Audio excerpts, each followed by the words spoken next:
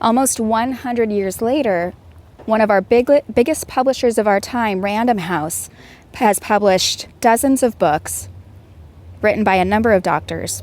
One of them notably is Dr. Jane Nelson, who took Dr. Alfred Adler's work and synthesized it for today's parent. And now today his work is eventually been called Positive Discipline. Hi, this is Melissa Dillon, and you're listening to Have More Time. More time your way. To do the things that you enjoy, the things that you love. To live a life you love with your kids, with your loved ones, with your partner, and to have some fun.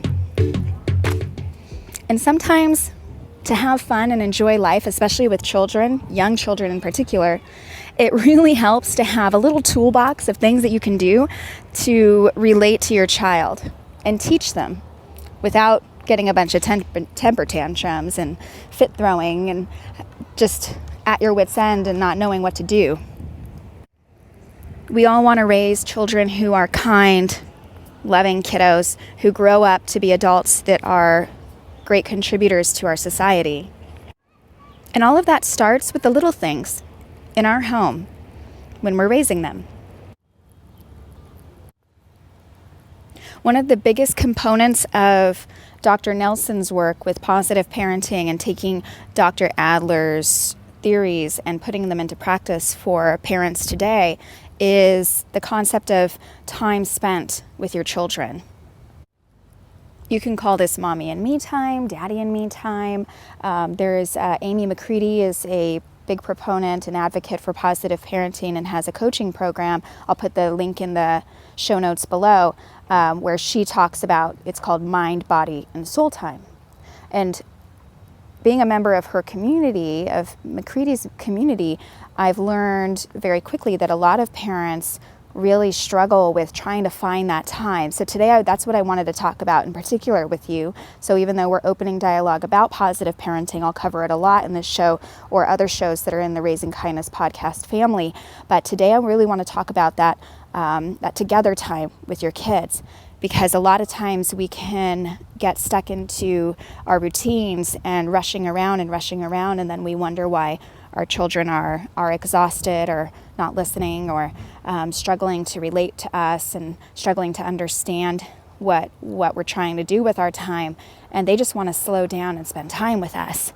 I can definitely say that there are plenty of days where I've struggled with this with my own son. We have a 4-year-old at home right now, and then we have our teenagers, well, one that's an adult and one that's a teen still, and they're in and out of the house. But our 4-year-old is consistently with us, and every day he deserves to have that time.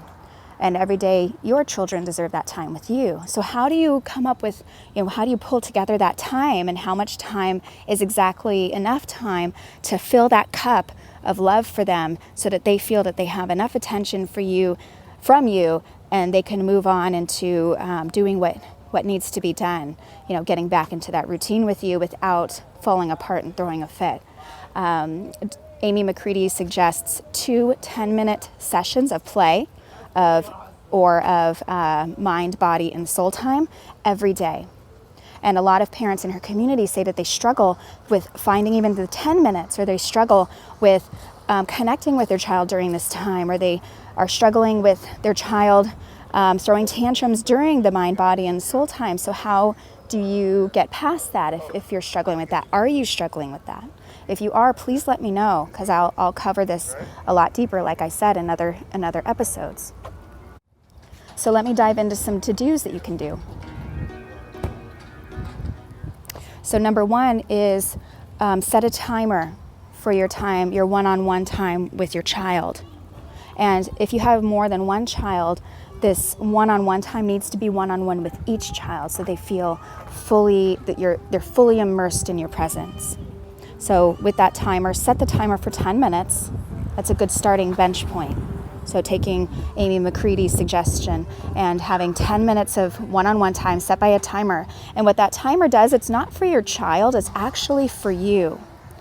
And I didn't know this until I actually experienced it myself, is that when I don't have a timer set with my together time or my one-on-one time with our son, Bodhi, then my mind starts to wander. I start to feel distracted. I start to notice all the things around the house that need to get done.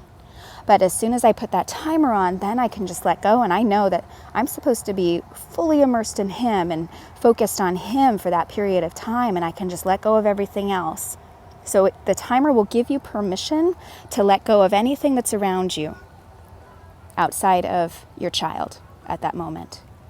So try that. Try the timer and just set it and let go.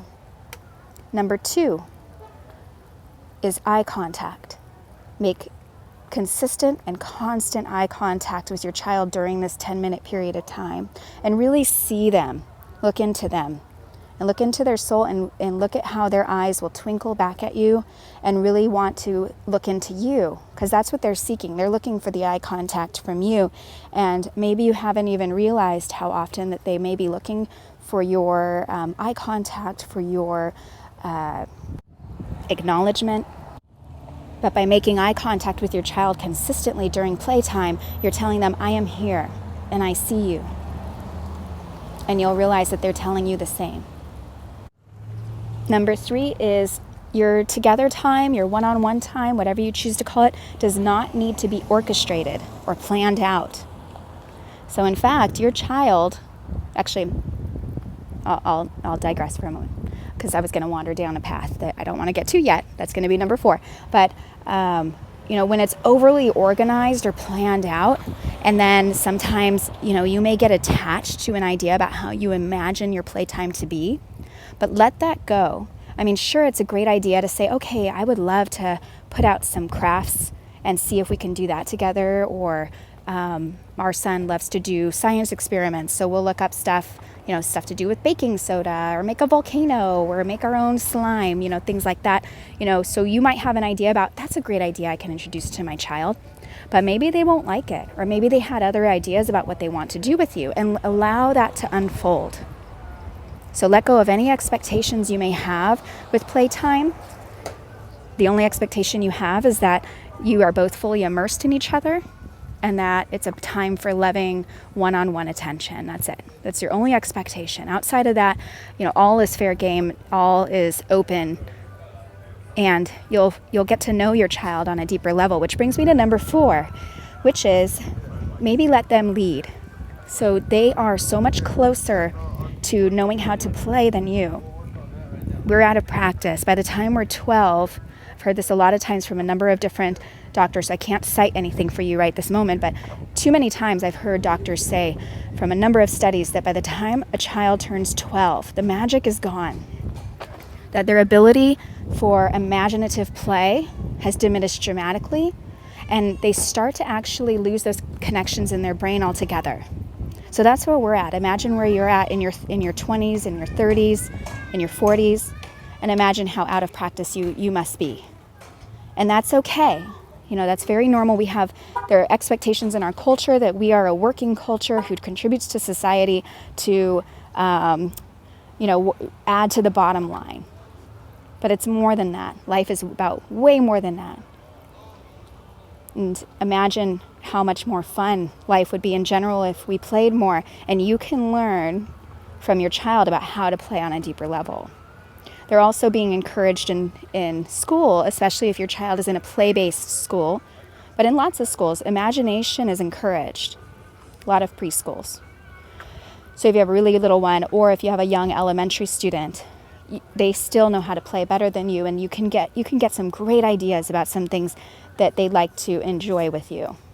Now, if your child is a little older, I can run another episode on that, because things do change just slightly. And it's a little bit more of a challenge because, again, by the time that they're 12, they start to lose that magic. I know that in my classes, with the preschool tumbling class, by the time the child is about 5.5, I can see that magic is starting to deteriorate already. And I've worked with thousands of kids. By the time they're 5.5, they already start to question the storytelling adventures. They already start to question, whether they should even be involved. They look to their peers to see if it's okay to participate. Yeah, that kind of thing starts to happen. So, you guys can work together to keep that magic going, and you can really learn a lot about how to play in an imaginative way. And my last point would be just really dive into it. Get into it. A fun movie that I would suggest is Mr.Magoriums' Wonder Emporium. I'll try to find a link for it and put that in the show notes too. Why not? I love that movie. So if you haven't seen it yet, I encourage you to watch it. It might even be on Netflix. But Mr.Magoriums' Wonder Emporium has a character who's an accountant, and he is dry. He works all the time. He doesn't want to play, but then he makes a friend, and life changes. And he's not even the main character. There are actually a number of little storylines in that story. They're just endearing. So get that and think about that and think about the play with your child. I hope this helps. So please let me know.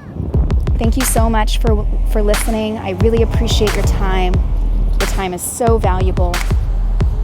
And if you enjoyed this episode, please subscribe and rate us so that you can get notified of future episodes. So I appreciate you. Enjoy your week, and I'll see you next time.